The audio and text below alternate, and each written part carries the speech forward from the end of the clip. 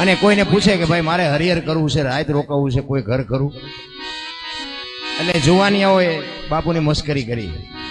એક રામલો કરીને ચુવાડીઓ કોળી શિકાર કરવાનો ધંધો કરે, એટલે જુવાનિયાઓને એમ કે બાપુને મોકલી દે રામલાને ઘરે, ભલે બાપુને રામલો બે હુંવાણ્યું કરે.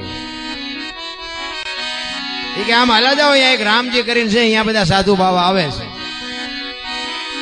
બાપુ ગયા. એ કે ભાઈ રામભાઈ નું ઘર, તો કે બાપુ રામભાઈ મારું નામ. અને આ શિકાર કરતો હતો એટલે બંદૂક ટીંગાતી હતી, જાળું ટીંગાતી હતી, ગલોયલું ટીંગાતી હતી, એટલે એને ખબર પડી ગઈ બાપુ કે આ જુવાનીએ મને ઓળો ભરાયો.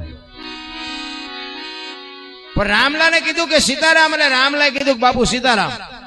એ કે મારે હરિહર કરવું છે ને રાત રોકાવું છે. રામલો ના પાડે છે કે બાપુ હું તમને રોટલાની વ્યવસ્થા કરાવી દઉં, પણ હું તો એક પારધી છું, પાપી માણસ છું, તમે સાધુ છો, મારા ઘરનો રોટલો તમને ન ખવડાવું. એ કે બીજાને ઘરે ક્યાંય નથી જવું, તારા જ ઘરે રોટલા ખાવા છે.